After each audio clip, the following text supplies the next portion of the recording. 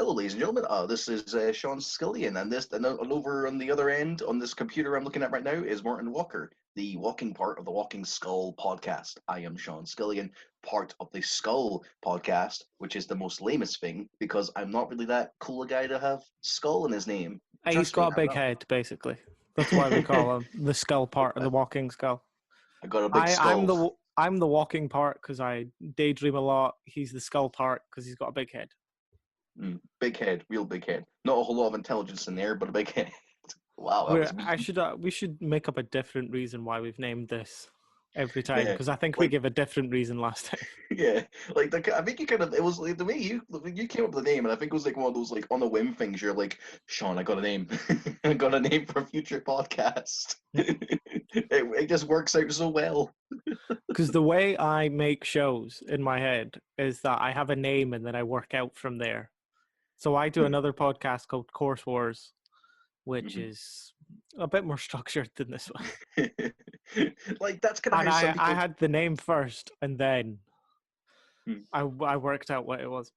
I mean, that's kind of how some people like work out their plots. So like, not only their like shows and podcasts, but just other like stories. They'll come up with a name first, and then they're like, "Shit, now I have to come up with an actual story to suit the title." Damn. Oh well. But yeah, this is a podcast, video, whatever you. I say podcast. I've not put it on any of the podcast services. It's only on YouTube. This is a YouTube video where we just talk what we've watched this week because the world is in lockdown still. Still in lockdown. It's very crazy. Even with the whole vaccine thing, but we're all being cautiously optimistic, which is very important. Because you can't just sort of go vaccine and be like, "Oh, the world's gonna be okay." You just gotta ride out the wave, as it were. Just be patient. Yeah, it'd be nice to be optimistic, but you also know that it's not a film, unfortunately. This vaccine's not going to be... This isn't the final act. This vaccine isn't how it works. Yeah, as I've been told many, many times, life ain't a film. And I'm like, yeah, bitch, I know that. I mean, I'm optimistic. I'm not fucking, weird about it. Okay, so let's get back into what we're doing because, gotta be honest, this is our second recording because my Wi-Fi went down and I was like, why? Okay, so let's get back into the thing. So, what are we talking about, Martin? Right. This is where we just talk about shows we've been watching. Yes, remember that? Yes, I remember. I will go first. Where since the last time we recorded, a good 2 to 3 weeks ago, we've had the end of a show and the beginning of a new show. We'll talk about this because everyone's talked about this. The ending of The Boys was really great. Yes, it was. It was a great ending. I managed to watch the second season. I think it was before I began watching it. It wasn't until I think it was after you recommended it. Well, I was like, cool, I'll check out the second season, and I did. And holy moly, it was really, really good. The second season of The Boys. First season was great as well, but the second season just added to the goodness of it, and just all certainly like the first. Yeah, they've added so many great characters in the second season. Yeah, like it's a very wonderful like show, which is a weird way to describe it. But it's one of those shows where if you're feeling like cynical about the whole superhero stuff or kind of getting sick and tired of it, it's one of those things I do recommend people do check out because it's a great satirization of like the superhero genre. Like I even got to a point where like I was like, man, superheroes are kind of at the right now. I don't really want to watch anything involving them because the year hasn't really been too great. And then you watch The Boys and you're like, hey, I like the satirization on this. This is pretty cool. This is how you do satire and not, say things and be like, I'm allowed to. Yeah. So we can't go into it too much because it only finished 2 weeks ago. I think it was like I finished it around like the time we finished up the podcast we recorded like weeks ago. So I think it ended like about 2 weeks ago. Yeah. So we'll talk about a couple of the people in it are just amazing. I love Carl Urban, no matter what he does. He is possibly the best actor of a generation. If you look at his back catalogue, maybe 3 generations, because he's been acting for a while in basically Aye. everything. Yeah, he was even in Lord of the Rings, which I found kind of surprising because that has a huge like roster of actors already. So I do apologize if like certain names get lost in the shuffle, and you're like, wait, that person was in that movie? That's crazy. The best thing I love him in is the Dread series film. I do like that movie. I gotta be honest. I'm not the biggest fan of the Dread movie that he made. Don't get me wrong. I thought it was really great. It was kind of fun, albeit it was kind of a rip off of the Raid. But I digress. For what it was a fun little movie. And Carl Urban was a really good Judge Dredd. And I do agree that I think Carl Urban might be one of the more underrated actors around because he always pops up in shit, and people are like, "Wow, it's Carl Urban. He's really good. This kid is really, really good." And you kind of forget that he's been around for like you say, decades. And I think it isn't until like the boys that people are kind of like, "Oh yeah, Urban is the real deal." And I think Billy Butcher can honestly be like his top signature role outside of like the Dread character. Yeah. Well, you could argue what's his name from the Star Trek series because he was really good in that in the J.J. Abrams ones. Bones. Oh, Bones, yeah, I liked him in the Star Trek films. I'm just not really huge on them because I'm not a Trekkie. I mean, I do respect the franchise, but I'm not really like huge on Star Trek, and the movies haven't been that great. I would say the third one. The third one was pretty good. But the rest of the season, the rest of the cast for the season was amazing. Oh my word. Anthony Starr, who plays Homelander, he's the best at just making you hate a person. Like that character is just incredibly written. Like I remember when I was first watching The Boys, I got a bit like funny about it because whenever like people try to make like Superman into an interesting character, when I say interesting, I mean like they try to turn him evil or give him some sort of weird, wacky gimmick. When you watch The Boys and the way they do Homelander from season 1 to season 2, it's probably one of the better like character stuff I've ever seen. Just because you expect it to go one way, they take it this way, and then they take it into another direction, and you're kind of just like, dude, what you're doing with this character is kind of fantastic, and Yeah. he has so much layers to him as a character. And yes, I'm glad the ambulance service does agree that Homelander is great. I'm sorry because I'm not supposed to address it. No, it's fine. I was just covering my mic to try and get rid of most of the noise there. I unfortunately live on a main ambulance route and a main fire engine route. So recording is an issue to the point where I'll just deal with it. Or I'll do what the more like professionals do on podcasting. The sirens are on our end. Don't worry. Yeah, I mean, I think it's more funny just to sort of address it and be like, "Hey, it's the ambulances," because I think it just sort of like gives you a good opportunity just to sort of like add it in the lore, I guess. What is when it comes to Homelander, what I like is when Anthony Starr was interviewed, he said that he purposely makes him irredeemable. He doesn't want to humanize him at all. He doesn't want him to see people. He doesn't want people to see Homelander and go, "Ah, he's a nice guy," though. He Yeah. wants people to hate him. Oh, for sure. Like the Homelander character is not a tragic figure. Like this character is an irredeemable, privileged piece of shit who. And I need to stop swearing there. Oh my god, he's an irredeemable character, like you mentioned, because he does a lot of things that are like absolutely deplorable, and it's kind of incredible how Star performs them, where he's not like doing this whole, "Oh no, I did this thing for the greater good." He kind of comes in like, "Yeah, I did that thing for the greater good. What is it? What of it?" Like he's that sort of like compelling psychopath.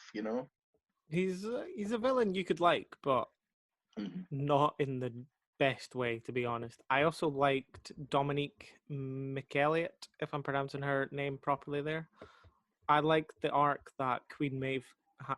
I thought she worked really well in the Queen Maeve arc this season. Oh my, yeah, I loved Queen Maeve's arc and the way they sort of like used it to sort of like take a satirical look at how a lot of like studios and whatnot tend to sort of like get sort of like gay characters introduced to like plots, and they're mostly just sort of like, hey, we're gonna have this character, but we're gonna make this character more of a symbol rather than like a proper character. And I love like the exploration of like Maeve's arc with that, and it's very well done. And the actress that does play Maeve is really, really good.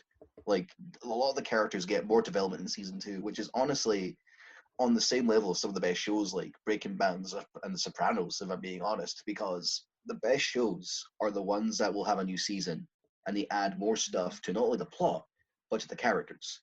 And I think that's one of the most vital parts of a show, adding more to the characters. Yeah, I completely agree with you. This is one of the better superhero shows because I watch the CW stuff, and obviously the CW stuff is comic booky, but it's like younger comic booky, so nothing ever really bad happens, and when it does, it's kind of hushed away for a little bit. Yeah. It gives you enough time to cry, and then it's like, oh, we've got another season, get over it. When they come over behind you, smack his back of the head and be like, hey, be quiet, we got another season, come on. We're not done with playing with your emotions yet. But yeah, all the other characters were great. Jack Quaid, good as always. Oh, he was good. He's good. I always love Mother's Milk because I just want to know where his name comes from. But the actor Laz Alonso, who plays him, is great. Oh, he's terrific. I love the Mother's Milk character. He's honestly one of my favorites. In fact, a lot of the boys' characters, and forgive me for the sound of barks. My dogs are weird like that. Anyway, so pups. Characters into the boys, like are really great. Mother's Milk is awesome, and I absolutely love Kimiko's arc. Her arc is just wonderful. I love the difference in Kimiko. Obviously, she's kind of a bit of a stereotype where she's a strong female character who can't talk for some reason. I can't wait to hear her talk because a bit of a spoiler to the end of the show is that she laughs in a really awkward moment, but she still laughs. Yeah, like it's a simple moment that happens. It's a really beautiful when you have a show that does this. It's a simple moment, but I remember like almost like leaping off the sofa and just being like, "Whoa, she did that!" Just because it's one of those moments that is so simple, but it's so integral to the character's arc, and you kind of just leap out of the seat, just like, "Wow, we're gonna get more development, and they're gonna become more two-dimensional or three-dimensional rather." Yeah, So that's really no, good. two-dimensional would be going backwards.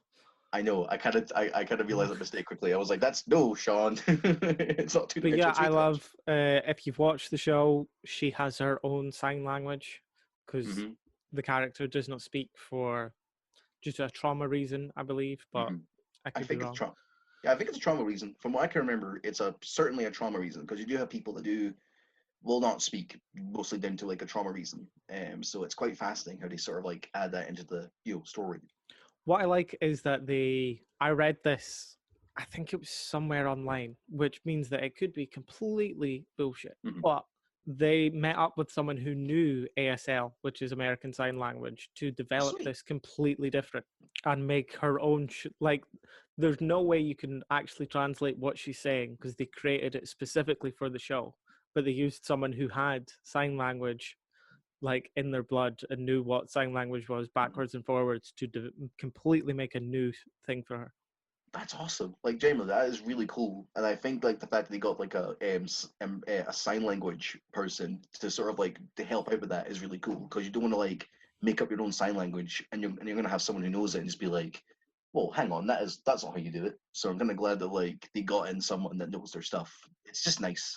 I could be wrong, but I think it's the same person that developed the sign language for the Tusken Raiders in The Mandalorian? The Mandalorian, because they also had someone like the person who you see talk in The Mandalorian, which we'll talk about later on, because we're 3 episodes in. 2 episodes in, because I think as of right now, there's only 2 episodes that have been shown on Disney Plus right now. Yeah.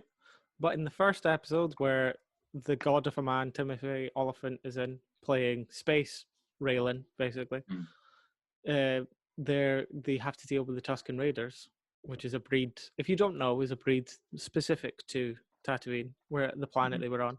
They had a person talking who was only knew sign language as well to develop it completely. Yeah, I read that. They got like I think it was either someone who knew sign language or was a deaf actor that they got in to play that role. And I think again, that's just wonderful. It's just wonderful to sort of see that sort of inclusion, especially in like a franchise as big as Star Wars. But any show that has that sort of inclusion is really cool in my book. Yeah, like I don't know if you ever saw that season There was a Netflix show called Daybreakers, I think. I'm just going to Google it. Was that the zombie show, like set in a high school? It was more than that. It was kind of like a teenage novel thing. I'm not sure if it was, but basically there's an apocalypse that happens that for some reason it only affects people over the age of, say, 19. Mm-hmm. And they become zombies, and all the younger kids have to deal with it because they are younger and for some reason not affected by this thing. And also I've got to deal with like other teenage stuff, which is basically if teenagers ruled the world. And obviously they don't get it right. They've watched too much Mad Max and they break off into different factions and all that stuff. But they have, unfortunately, not got a second season, but they had an amazingly great season for their first one, where they had, at one point, it's a vague spoiler, but the show's been out for a year, so it's your own fault if you've not seen it. The bad guy of the show sets off a missile of some sort and deafens the kids of the thing. Oh dear.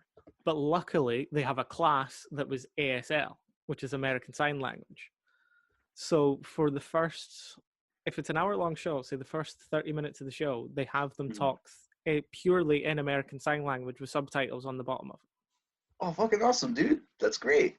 And they do it purely through, obviously, the subtitles in sign language, but the soundtrack, because I'm an audio guy, so I like a good soundtrack. The soundtrack for the whole thing is amazing.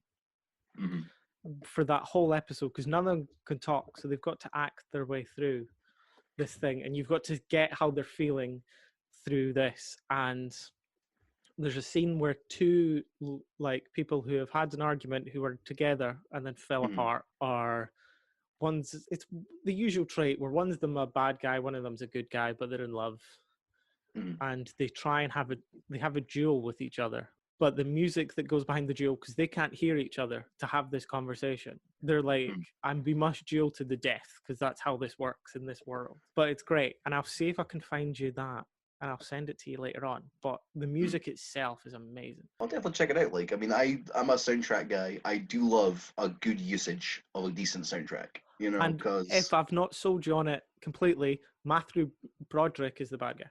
Yeah, I remember him like being advertising that like I think it was like described to me either by you or some sort of like review I read as a sort of John Hughes zombie comedy, which is kind of an interesting like thing because you can't go wrong with John Hughes. It's a to be honest, first episode, second episode I watched and I was like, it's really, really bad. I thought the writing was awful. I thought all that stuff. And then the third episode hits you and you're like, oh, actually, this is really, really good, because they do a sort of the same thing as The Mandalorian, where it's a different director, I think, for a couple of the episodes. Well, that's cool. But the way they tell you that it's a different director is at the end, the different director has a different credit sequence that goes with the theme of their film, the theme of their episode. And it's really, really good. And I'm really annoyed because it didn't get a second season, even though it finished on a cliffhanger that was amazing. So throughout the whole season, I'm talking about this more than The Boys. Yeah. Because it's a good show. Yeah, I would have stopped you, but I didn't want to be like, I don't want to kill the man's momentum. It's, it's quite... But throughout the whole season, it's a big spoiler, but throughout the whole season, the lead character of Josh is trying to find the love of his life. I think her name's Sam or something like that. And Sam's been kidnapped by Matthew Broderick, the big bad guy, and all that kind of stuff. And on the last episode, they have the big fight against Matthew Broderick. They all win. And then when Josh comes in to do the romantic prince and princess kiss of, I've saved you, here's the thing, she pushes him away and she goes, there's a power vacuum here now. I'm in charge. Because half the kids listen to her and half the kids listen to Josh. So there's this big team that happens, and they finish it with this great scene of, says all this stuff to him. She walks back to Matthew Broderick's throne that he's made for himself. She sits on it, and then this big dramatic music happens as an explosion happens in the background.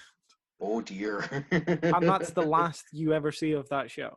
Oh man, I mean, I think Netflix have been having a weird reputation like that. Like, whenever a show doesn't perform well, they sort of shrug and go, "That fuck it, cancel it." Even if it's like in the midst of like its season. Like, I'm pretty sure that Timothy Olyphant, Drew Barrymore show, Santa Clara Santa Valley. Clarita Diet. Yeah, that was There we also go. really good. And that Yeah, that got unceremoniously cancelled, along with Tuca and Birdie, which eventually got saved by Adult Swim, which is annoying because again, Netflix. Come on, dude, that's not cool. this is a complete rumor, but from what I understand, Netflix, if it's not making millions, Mm. Netflix will never go above a season 3 because they actually have to change the actors and all the cast and crew's contracts to pay them much more. So if it's not doing well, they'll cancel it after. Like Stranger Things is up to season 4, season 5, Yeah, because I think it. that makes tons, that makes billions every time it goes out. But if it's a Mhm. show that really doesn't make a lot, if it goes past the season 3, it's either really really good Hmm. or they've went, no, we don't want to pay this lead actor anymore. We'll just cancel That it. yeah, it almost seems like Mr. Krabs is running the goddamn like thing, and not like a sane person. Again, I should say to people who are listening, who we actually had 10 people listen to this Wow, 10, thank over you. the last 3 weeks. So I don't know if it's the same person 10 times or 10 different people, but I should say that is purely internet hearsay. That might not be Mhm. true. And those 10 people, thank you. We very much appreciate that. So anyway, The Boys is very good. Yes. See, I got see, in a sidetrack, but this is what you listen for. yes, we're very famous for sidetracking. Sidetracking. It's sidetracking. There we go. Quick Sean Skillian correctional dictionary moment. But yeah, The Boys season 2 is very good. It's currently on Amazon Prime right now. And it's very very good. And hopefully we'll get more in season 3 when it eventually comes around. Which I think they're still planning and adding stuff in there. Yes, everything is obviously delayed due Okay. to everything. Mm-hmm. All right. So I'm guessing it's my turn to recommend a thing, or sort of like. I mean, I can talk about Daybreakers more if you want, but I mean, you've sold me on it, and I think you've probably sold it on the 10 listeners. I might check it out. I might not. Who knows? I've got like other stuff on my plate at the moment. But I'm going to talk about a movie I watched, kind of a significant one too, because I think this is probably the first in our cast that's made me legitimately angry. Um, and for some reason, because I think it was like lockdown boredom or something, I decided, because it was kind of what I was meaning to do before the whole lockdown thing happened, I bought Scoob on the PlayStation Store. I rented it why did you do that to yourself? because I enjoy watching bad movies. Is why I'm a sucker for that sort of thing. So I rented Scoob, and you know that Arrested Development meme where you have Jason Bateman looking into like a bag that says "Don't open dead pigeon" or something. I looks into it, and then like he stops, looks around, and goes, "I don't know what I was expecting." Yeah, That meme. yeah, Yeah, that's I've kind of read what it. happened. Yeah, that's kind of what happened with Scoob. I watched it. I watched all an hour and a half of it. Afterward, I turned off after the credits. I just sat back, looked around, and just thought to myself, I honestly didn't know what I was expecting. And the more I think about it, the more I just get really pissed about the film. It's a really bad movie. That is the one where they try and do with a Hanna. What did they say? Barbera verse or did they say Hanna Barbera verse? Hanna-Barbera verse. I think yeah, and yes, you're correct. This is one where it's not really a Scooby Doo film. You see, sure, it's called Scoob. It's got Scooby Doo as the main character. It's got all of his other like friends in there. The rest of the Mystery Inc. and whatnot, and the van and everything. But internally, it's not really a Scooby Doo film. It's a fucking Hanna Barbera universe film where they get Blue Falcon, they get Captain Caveman, along with Dynamite and Dastard and Dick Dastardly and spoilers, but who cares, Motley. And it's one of the most blatantly obvious universe setups I've seen since The Mummy. But the only difference with this one is that, unlike The Mummy, where like the intention was clear when you watched the film, but at least you saw The Mummy, and the film was kind of about the Mummy. Yeah. Scoob, by design, by the people who wrote it, is not really a Scooby Doo movie. It's only a Scooby Doo film, like in the first like 10 minutes, and the rest of it is just a Hanna-Barbera universe film where a lot of forced arcs occur, and it's not really funny, it's not really entertaining, and a lot of the character interactions, including Captain Caveman, are super forced. I really don't want to sound impassioned about it because someone could be listening to this right now and going, this person is very attached to Scooby Doo lore. Yes, that's because I grew up on Scooby Doo, and this movie is not a Scooby Doo film. It's a goddamn corporate mandated piece of shit film. And sure, there's a lot of films I enjoy that kind of corporate mandated, but here's the thing: some of them are actually kind of like actually are planned out the universes and whatnot. Scoob doesn't really feel like that. They were like, hey, let's make a Scooby Doo film and add all of this stuff in there and just call it a Scooby Doo film because we'll get money out of it. It's I didn't like it. It was just so bad. Yeah, I'm telling that you didn't like it. It's fairly obvious. Yes. For those who are hearing right now, if your ears are burning, I'm sorry. I am currently spitting out Magna Flow right now. And even the voice acting is awful. Like, there's a really big cast in here. They've got the original voice of Scooby Doo, Frank Welker, in there. They've got Will Forte to voice Shaggy, Amanda Seyfried, Gina Rodriguez, Zac Efron, Jason Isaacs, Mark Wahlberg. Like, it's a big cast that they got here, and a lot of them don't really sound great. Like, some of them sound okay. Like, Wahlberg is kind of having fun. Ken Jeong is in it, and he's actually not doing his whole Ken Jeong thing. He sounds like a reasonable like character. And Jason Isaacs, for some reason, doesn't fit Dick Dastardly's design, and it's oh my god. Even Zac Efron and Will Forte don't sound great. Will Forte sounds like he's about to crack when he does the voice of Shaggy, and Zac Efron as Fred is just kind of like there's literally a scene where he gets excited about something, and it doesn't even sound excited. It just sounds like he's reading off a script, and I'm just like, dude, come on, why are you doing this to me? I'm not Yeah, having fun. it's a weird one for some reason. I'm just Hmm. looking at the cast right now. Like, what I don't get is just I know obviously people said this for ages.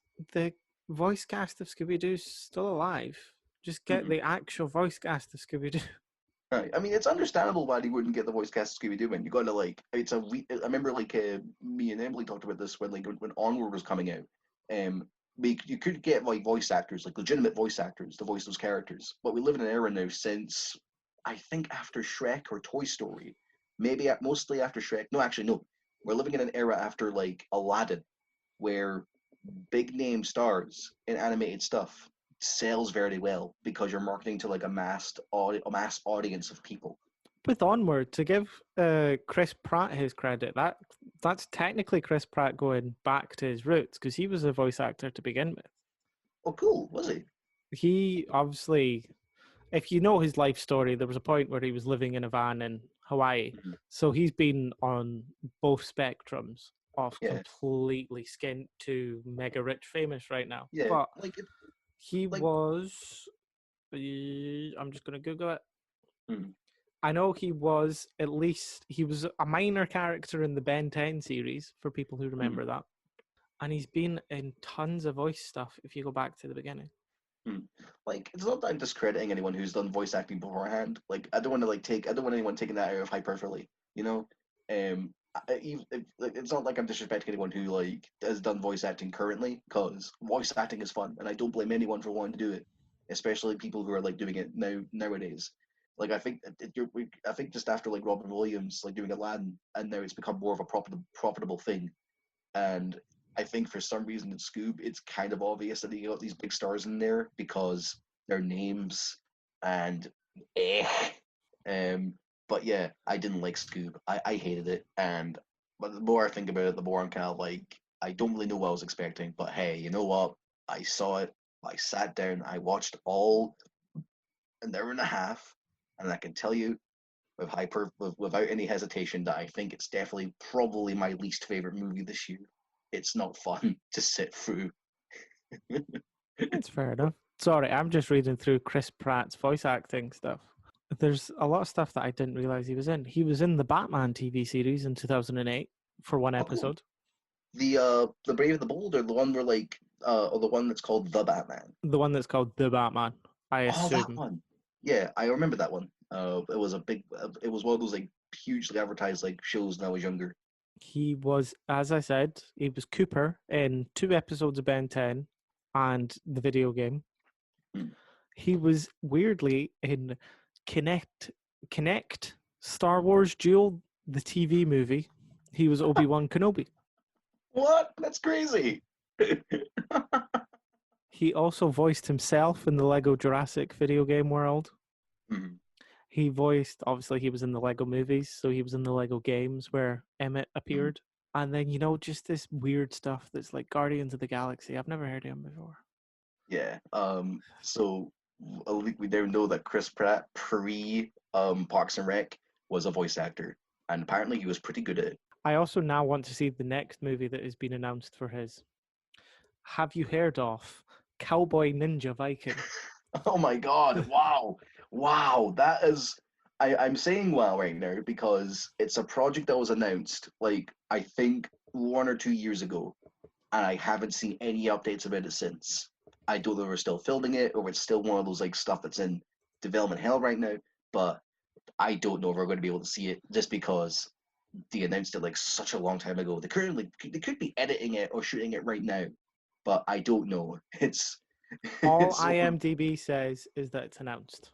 I think that's what it is. It's still in that announcing phase, and I don't know what they're going to be doing with it. It's just one of those like stuff that I feel could probably never come out, or if it does, was probably filmed somewhere in between 2019 2020, and we're probably going to get it like around 2022 or 2023. I have no clue. I did not realize it was a comic book series, so that might be something I read later on. Read before the film, probably go see it and be like, you better get everything about the cowboy ninja. Where is the cowboy and the ninja and the Viking? None of them are here. It's not correcting to the lore. You gotta stick to the lore. I thought it was a weird sequel to Cowboys versus Aliens. That was a weird film. Honestly, I remember watching that when I was younger. Don't remember anything about it except there were cowboys and there were aliens. I saw it for free before everyone. Wow. I remember that much about it. I have a friend who's called, I'll name him, who's called Joe, who, do you remember when Sky used to do like free movie deals? Like if you had the movie service, they'd send you like the occasional tickets to like an upcoming film. I think so. I think I do remember that being advertised when you described the ticket thing. I think they did do that. I just don't remember what films that they did it for. I saw 2, so I can tell you 2. But it was because of that he got us in. It was Cowboys versus Aliens I saw, it was an interesting universe because I'll watch any rubbish because I'm always interested about the rules of the show. If it's a world that interests me rule-wise, like I'll talk about it later, but I watched a series called Julie and the Phantoms because the initial storyline really interested me. But yeah, I saw Cowboys versus Aliens and The Immortals with now Superman Henry Cavill. Oh my God, yeah, The Immortals. I remember that one being advertised, and it had like Mickey Rourke in the villain role. This is like after he got nominated for that Oscar for The Wrestler, and geez, what a downturn that was. Now, I've got to be honest with you though, I've never seen The Immortals, so I can't really comment on it. I guess remember thinking that it looked kind of like weird. It's not really a happy film, I'll be honest. They do win in the end, but it's not really a happy film. There is a scene, I'll spoil 2 scenes for you that make it seem not watchable, because even now they kind of make you go, ugh. There's a scene that involves, so Mickey Rourke runs an army, and he makes it so all his army people, all his soldiers, must be eunuchs. So they can't reproduce at all. But the way they do it is not, since it's in Greek, Rome, it's in that area, but back in the ancient times, they use a massive hammer to make sure that they can't have kids anymore. Nope. Big nope to that one, Chief. And I saw that in a cinema. I saw that in the Odeon on Lothian Road, and it was a full screen. And you could hear every gentleman in that go when it happened. that's amazing. I kind of wish I was in an environment like that. Like, I kind of wish I was in an environment like where that happened, and every sort of grown man was just sort of oof. Just being that. And there's another scene where the Romans had a torture device where they'd put you in a steel cow, and they'd put the cow over a fire, and they'd heat up the fire while you were in the steel cow. So you would just, and they did that with 3 women. Oh boy, how fun! And That on doesn't and on sound that good. note, let's talk about my shows. I'm going to take it down. I'm going to take it down a happier route. What? And I'll give you a choice here, Sean. Would you rather find out about Emily in Paris or Love Life? Oh, what an option! Wow. I I don't know much about Love Life. I've heard a lot about Emily in Paris, which is I think made by the same person who made Sex in the City, I believe. I believe So so. I'm gonna go with Emily in Paris because that's kind of the only one that I know of, Emily pretty in much. Paris is about this woman who, I'll get the cast up so I get everyone's names right. Obviously, Emily is working in Chicago Hmm. and then gets the opportunity to move into Paris to become a social media influencer or Okay. help an advertising company Hmm. in Paris. And it's a nice wee story. Nothing really bad happens, to be honest. I Like think I kind of it's 10 episodes, 8 episodes. It's a I short season, but it's actually quite fun to watch. Yeah, I kind of got the sense that like when you described that the Emily character like going from Chicago to Paris, I kind of got this image in my head where I can imagine like a sort of like cheesy 2002 trailer where it's like, this is Emily. She works in Chicago. Now she's going to go to Paris to work as a social media influencer. It's like, wow, this is perfect for that era of like storytelling. Maybe not as a Netflix show, but as a film. But I don't know. I don't really know how that sort of thing works. Yeah, but when it comes to it, it's very well liked, I imagine, over in Paris. But I can't be completely. The Yeah. it is Emily Cooper is played by Lily Collins, and she moves Mhm. across to Paris to, I can't remember what the company's called. I think it's just an advertising firm that's Mhm. run out of Paris. And other than, say, a handful of people, it is a completely French cast, which obviously it's not. Thank God it's not just American people trying to put on French accents. Oh god, that'd be troublesome. Like if Netflix actually pulled off that stuff, it'd be kind of annoying because you have to call it and be like, Netflix, you've got the money to do that. You don't have why do you have to resort to these cheap tactics? Mm. But when it comes down to it, it's a really nice show. Nothing severely bad happens. Mm, It gives you an insight into, obviously not a proper insight, but a sort of insight into life in Paris. yeah. But I think nothing ever really bad happens. Like, she gets fired once, and her 2 mates at the work go, "No, just pretend you didn't." And then the woman, because I'm not sure if this is completely true, but you have to file paperwork to fire people in Paris. And usually, when it comes to filing the paperwork, the way that these 2 characters explain it is it takes years. Just come into the office. They literally say, just come into the office every once in a while, do a semi decent job, and the boss will change your mind. And then by the end of it, the boss changes their mind and goes, "I've not filed the paperwork, so you were never really fired." That's cool. I'm kind of glad they worked in that sort of system from France because you can also learn a couple of things or two while watching the show, and that's pretty gosh darn cool. Um, but yeah, Again, that it's might nice to not be completely true. I mean, it's nice to hear that they're actually like abiding by the laws of like France, and also got like French actors to be in the show because it shows not only that there's a lot of good actors in France, but also just I'm a big Paris guy, I'm a big France guy. I like the country and the culture over there, so it's nice to see a show that's like you represented well, I guess. Yeah, and what I also like is that it's not all this Americans come across, and weirdly everyone speaks American anyway. Hmm. It's bilingual. It goes between American and French. And part of the That's fun is watching Lily Collins pretend that she doesn't know French, even though she's obviously been taught French to understand the scene. fun.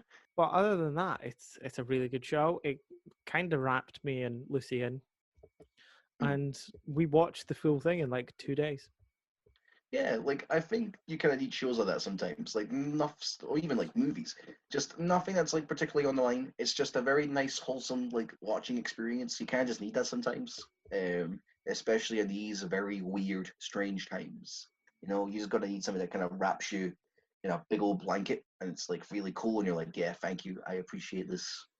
I should also say that later on I will be talking about This Is Us, which is the complete opposite of that show. Is that the one with Sterling K. Brown? Um, Yes. yes, Who's it's a. amazing in it. Do you want to just forgo your turn and you can do two back to back, or we'll talk about yours and then we'll come back and talk about This Is Us? Oh, I don't know how I'm going to top like This Is Us because I've heard a lot of like big things about it. I'll let me just look over the things that I have, and I'll quickly mention something that I did saw, and then we'll get to the This Is Us to sort of like tease the excitement. Um, let's see, what can I talk that's kind of relevant right now? Uh, that bugger, I might as well get this one out of the way because I watched it recently. Last night I watched the Shut up, phone. Last night I watched the Nicolas Cage film Color Out of Space, which had I've a heard, run. well, yeah, I've heard a bit about that. Which had a big, which had a couple of runs last year. I think in the festival circuit, like in Toronto and London, I believe, and then got released in cinemas like in April and then like or March rather, and then the world ended, and so just kind of went to Blu-ray like a couple of weeks later, and then wasn't able to watch it just because HP Lovecraft stuff not my thing. Not that I've ever read his stuff. I just kind of want to. I'm just not really huge in HP Lovecraft, and then I mashed up Sorry, then. I'm laughing at the moment because I just so I could understand a bit of the film, I was trying to Google color of space, and the top search right now is color of urine.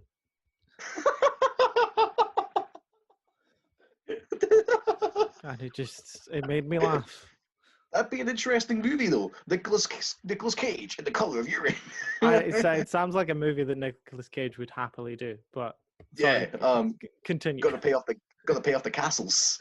Um, anyway, so I caught it on Amazon Prime because they have I think they have like a deal with Studio Canal who distributed Color to Space in the UK. So I think there's kind of a bit of a deal going on with Amazon and Studio Canal, which is pretty cool. Anyway, so watch Color to Space, and I liked it. A bit overhyped, if I'm being honest. Like a lot of people who I knew were like, "Oh man, this is amazing." One guy who I know kind of went as far as calling it like film of the year. Not really, Chief. I kind of disagree. It's good, it's fun, but I don't think I'd like I don't think I'd run around calling it the best film of the entire year because I think there have been better films that kind of came out. And Color Out of Space, I did enjoy. I had a good time of it, but I think I've kind of seen stuff done in it better. I don't know. It was like it was kind of a disconnect. I just thought of it was all right. And for context, the film like stars Nicolas Cage has a family man farmer, with his like two sons, daughter, and wife, and he's I think he's an he's either a llama farmer or an alpaca farmer. It's either Why not alpacas or both? llamas.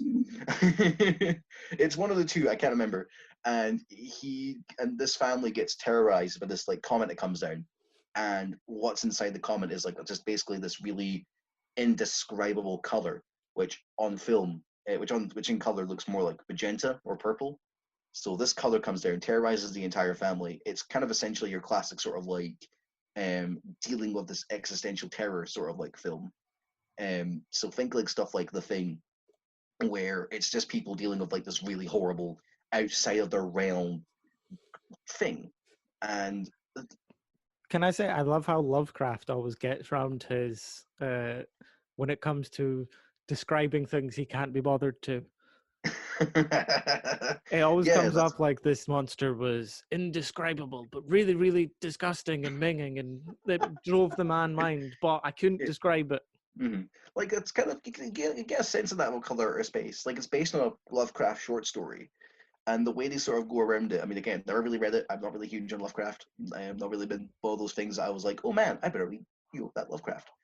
It's it's very good. I liked it. Nicolas Cage is a blast because there are moments where like he'll do the whole, "Hey, it's me, I'm Nicolas Cage. I'm doing my normal Nicolas Cage thing," and he'll suddenly like burst and do this like really weird faux English accent, all of a sudden when he starts to lose his mind, and it's generally kind of hilarious. And unfortunately, with the Nicolas Cage aspect, there's two types of cages you can get. Really good Nicolas Cage, like, in stuff like Mandy or Matchstick Man and all the other good Nicolas Cage stuff. Where you're like, hey, he's actually a pretty good actor. And then there's the second Nicolas Cage thing, which is like the man is losing his fucking mind, and it's either going to be the worst thing ever or kind of enjoyable, but mostly enjoyable. He does have the two off. This is something I want to do, and this is something that I'm bankrupt and I need the money. Yeah, kind of get that kind of like feeling. And he gives a really good performance in Color of Space, but there's a part of me that's like, I mean, I wouldn't call it the best performance he's ever given, just because I think he's done better. And this is clearly one of the performances where like he's going for more of a ridiculous like tone than a very serious sort of, hey, it's me, I'm here, I'm committed. Basically, compared to like Mandy, it's not Mandy where like I can at least feel where he's coming from with that performance, and I can feel it hits me like a ton of bricks. But with this one, I'm just sort of like giggling away and being like, dude, come on. I mean, I'm having a good time, but this is not Mandy material. But yeah, overall, it was fun. Some really disgusting moments, like genuinely like moments where you're kind of just curled up to a ball in a sort of like disgusted kind of cringe moment, which is good, not in a negative sort of sense, in a very but sort it's of like Lovecraft, so you can't describe it. Yes. Like, clearly Richard Stanley, the director, was taking liberties and was just sort of like, yeah, I'm going to describe this however the fuck I wanted to describe I want to describe it this way. I don't care about Lovecraft one.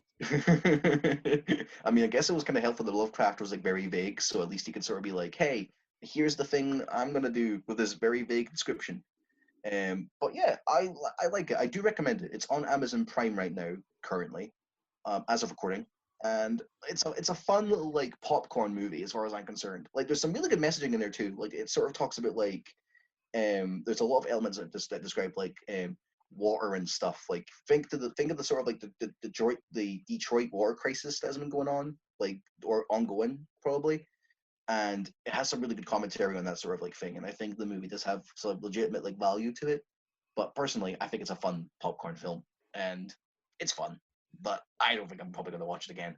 Fair enough. I might give it a shot when I've got a loose end, but yeah, I'm not going to go running out for it. Yeah, it's a fun 2 hours to kill. I mean, it's not that I'm saying it's okay. For me, it's a 4-star film. It's great. There's a lot of incredible technical aspects to it. I just don't think I'm going to watch it again. It's not like something I'm going to put on over and over again and be like, oh yes, Color of Space. That took my breath away. Fair enough. Right, now it's time to this is us, right? You either, depending on the episode, it's either the happiest thing in the world or it is ripping your heart out. Like, I've heard it described, not described, but I feel like there's a reputation to it where you either love it or you hate it. Like, it's just one of those like things that kind of just takes you on a roller coaster. Oh, it definitely does. So This Is Us is a obviously TV show where it follows 3 kids, all fathered and mothered by the same 2, and it just follows their life specifically after the 36th birthday. Because when it came to the dad actually and the kids being born, he was 36 when they were born. So it's following them. The dad is, I always mess up his name. It is Milo, begins with V. Yeah, I can see your name in my mind. Yeah, I can see it in my mind. Can't really describe it because I don't want to fuck up the correction. Or not the correction. I don't want to betray him by having different names, but it is an amazing series. When it comes down to it, you go between future and past. No, well, not future and past. You go between present and past. So the present is Sterling K. Brown, Chrissy Metz, and Justin Hartley play the Pearson kids, where Kate and Kevin, Jack and Rebecca, I should say, initially were meant to tell you how this first episode starts. They were having triplets, but one of them died during childbirth. Jesus, all right. Oh, no. And when it comes down to it, Kate and Kevin are put next to each other in the thing.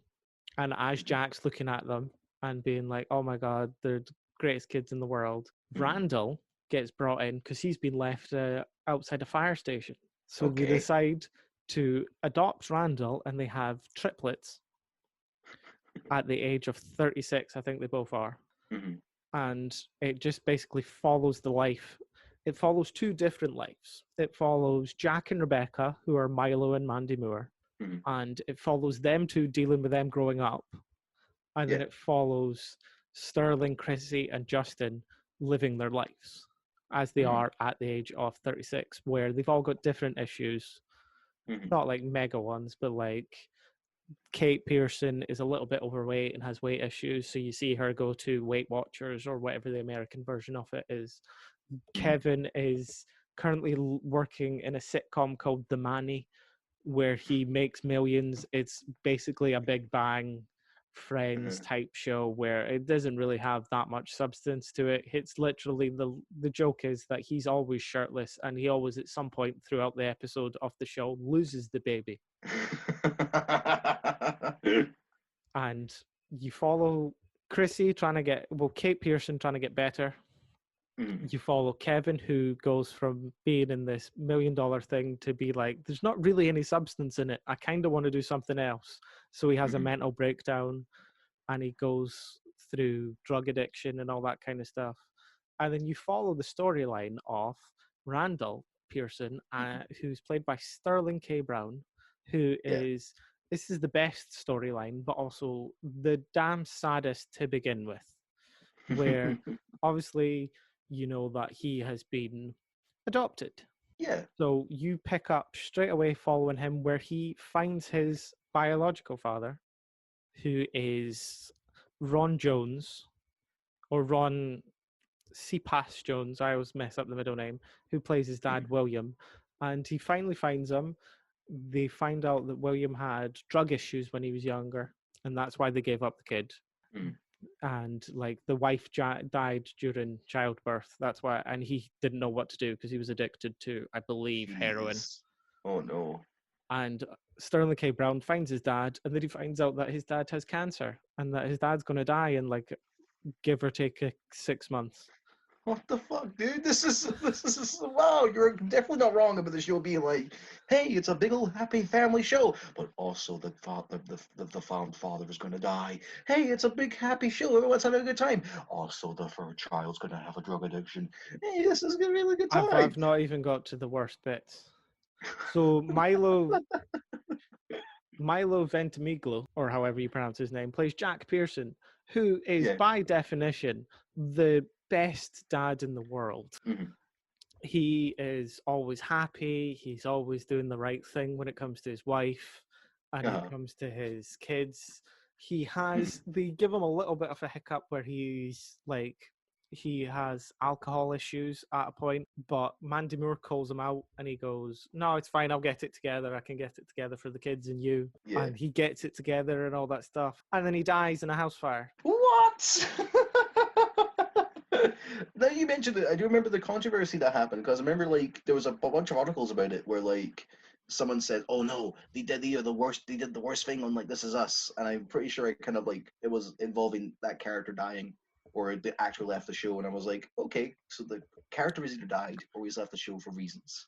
I don't think he's left the show because they still flash backwards and forwards. And right. So far, I'm in season 3, I think, and they still flash backwards and forwards. So they have filmed new seasons.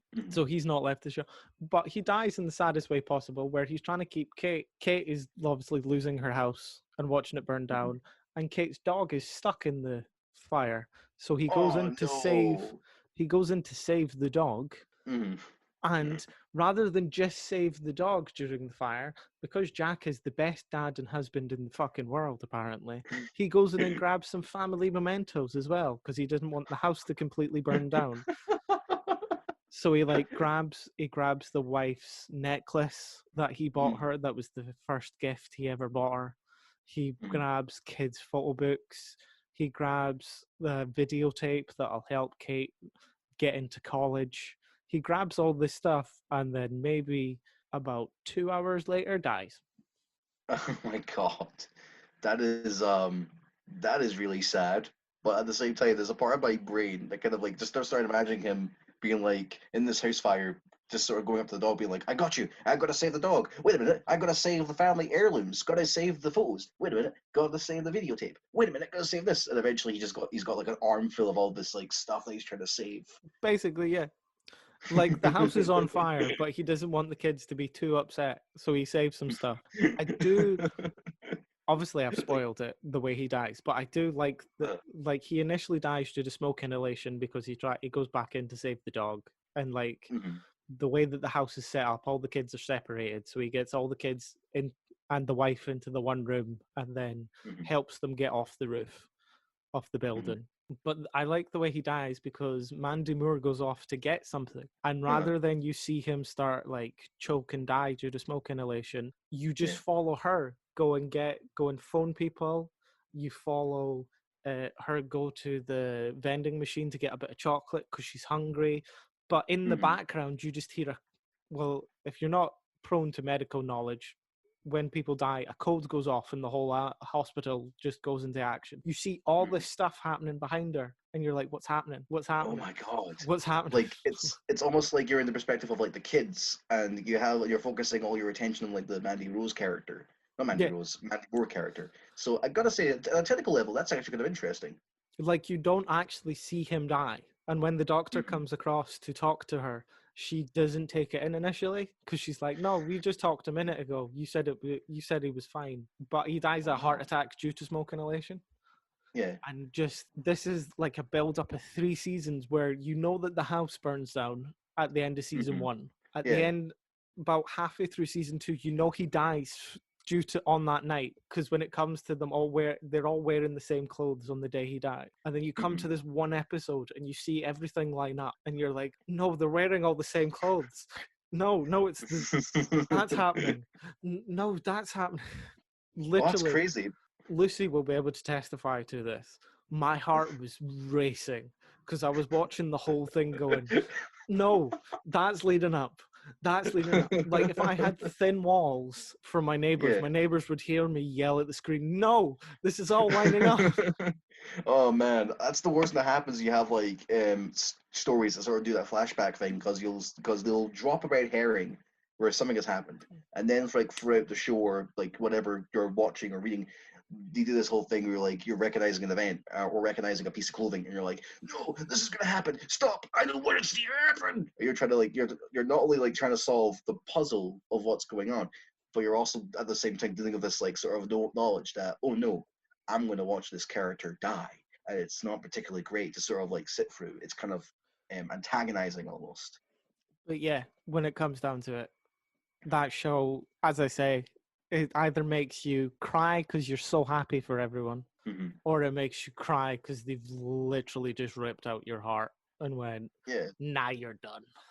I think American Horror Story had a couple seasons like that, where like not that they do the whole flashback thing, but you'll have like episodes or character arcs where you're, pardon me, when you get kind of like excited because, oh, character friend happiness, that's really cool, and then something happens to a character and you're like, no, I just wanted the person to be happy. Why would you do this to me? So it's kind of an understandable sort of scenario. I mean, I think I would sort of give This Is Us a watch, but I kind of feel it could border on soap opera stuff, but it's a little bit soap opera.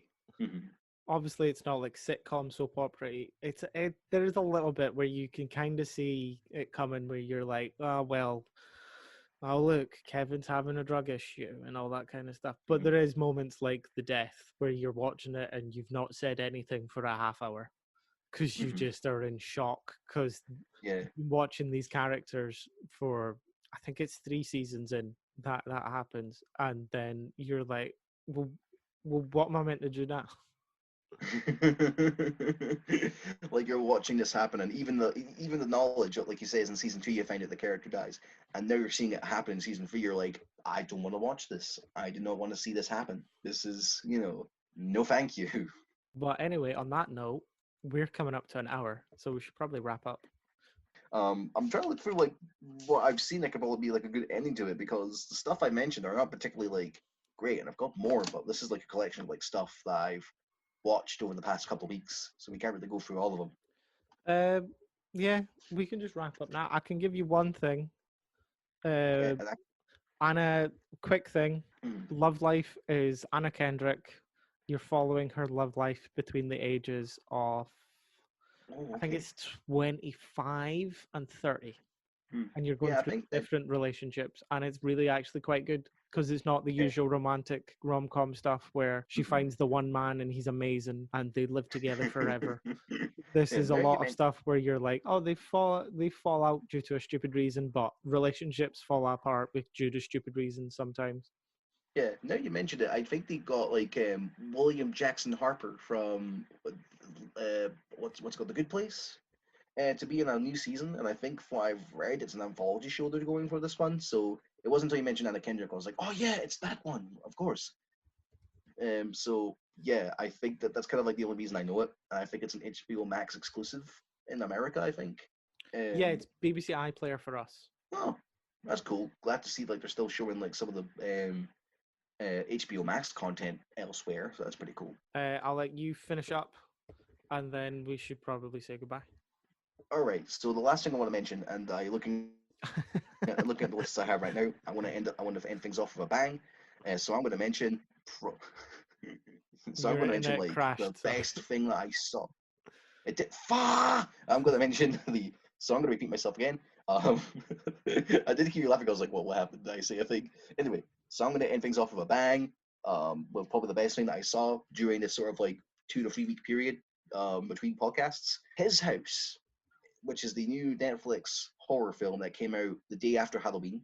Well, I think it came out on Halloween. I think yeah, it came out on Halloween, and it's about these two like refugees who come to England and get put through the sort of like refugee sort of like stuff that refugees get put through, and then they are given a house, but they've brought along a terrifying sort of presence with them. And this movie, genuinely, one of the best films I've seen this year. I absolutely loved it. It's genuinely fantastic. Like, has a horror film, it's one of the most relentlessly scary films I think I've seen. Because you'll get some horror films, like say The Babadook, where a scary moment happens, but it won't happen for like another like couple of like minutes, which isn't bad. But you're sort of, but it's that sort of like work of dread where you're like, I don't want to see the Babadook appear again. This is not fun.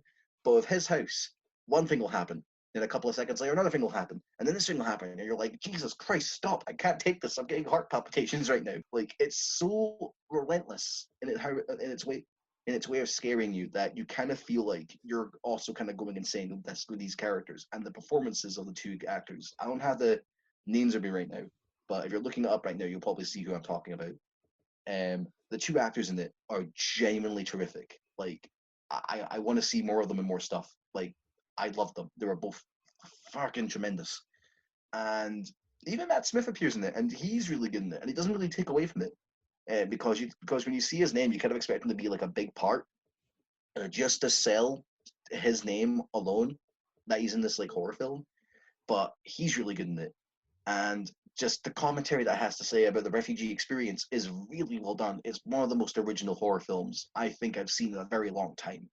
So I was head over heels for it. Not only like being completely petrified of what they did with the film, but also just sort of like it's got this emotional core to it where I did sort of like tear up, which is surprising because not a lot of horror films are kind of emotional. But Yeah, it's that's not one of the things. I should say, just to cut you off a little bit, I have looked up the names of the cast. yeah, I will not disrespect them by trying to pronounce their names. yeah, you're gonna have to hear like how they're pronounced before you start saying it. Because I can remember, I can see the names in my brain. I just can't really say them because if I do, I don't want to disrespect them and I don't want to sound like a massive tool. I'll spell them out So, for the people listening. It is mhm. the male of Bowl Yeah, is that's the main played character. by Sope, Hmm. and the character of Real That yeah, I think that's the other main character as well. is the female, and her name is Hmm. WUNMI. Yeah, so to sort of give people of an idea of who they are, like the main guy, he was in like the main male role. I think he made an appearance in like Gangs of London. So I think if people have seen that show, they'd be like, "Oh, that guy." And Oh, I've heard of the show at least.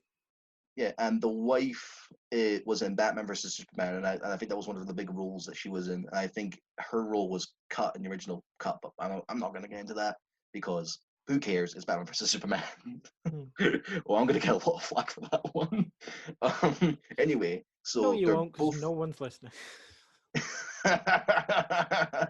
So both of them are tremendous. The writer director, I want to see more stuff from him. It's genuinely incredible. I loved it. I loved it. I loved it. I loved it. I loved it. It's really good. I highly recommend it. It's probably one of the best, like an hour and a half, so you can kill off your time with, but also be genuinely intrigued by what's going on. It's again one of the best films I've seen this year. I'm likely going to be putting it on my top 10 list at the end of the year because not a whole lot of competition, and also because it's genuinely absolutely brilliant. I loved it. Okay, that is us. I don't. For the people listening, all 10 of you, or maybe the one guy several times, I am a Yeah, pussy when it comes to horror movies. I have nothing to say when it comes to horror movies. It's surprising because you kind of have. I think the only one I've watched is the one called Wreck, which is the Spanish one. Oh, the Spanish found footage film. It's like in a flat and like they're infected by this sort of like rage virus, like in 28 days later. I watched the first and second one of them because yet again, even though it was in Spanish, I was interested by the rules of the world, so I watched it. Yeah, but I will say, I think if to sort of like get you intrigued in his house alone, the rules of this like particular story genuinely fascinating. If you're a sucker for like that sort of like lore rules aspect, his house has got some genuinely interesting stuff that I think in terms of like the culture that the film is portraying, I don't think I've seen in a mainstream sort of horror film. So if you're interested in like how the world of his house works, I definitely recommend it. And it's got probably one of the most incredible endings I've ever seen, like a gut punch ending, where you're kind of just like, oh boy, I just wanted to get spooked. I didn't want to get like sad as well. Jeez. But also has a really good like message about the sort of like refugee experience in the UK. And just again, it's incredible. I don't know what else to say except all the highest of high praises. That's good. I know what else to say. Let's say goodbye for this episode. Oh, good comeback. Mm-hmm. That All is right. this is the end of episode 2 of the podcast Nobody Wants, Walking Skull. We're getting it anyway. We're going to be force feeding it to you. Who knows? Maybe after the third one, I'll put it up on a podcast service and see if we get people. Yeah, but if to those 10 of you who are listening, thank you very much. Make sure to share it around to your friends. We'd greatly appreciate that. Or the one guy who's listened to it 10 times. Why? We're not that interesting people. But yes, I'll say goodbye from me, and then Sean will also hopefully say goodbye in less than 3 words. Okay, thank you for listening. Have a good day. Stay safe out there, and have a good day. Bye-bye. Yeah, that was 10. Bye.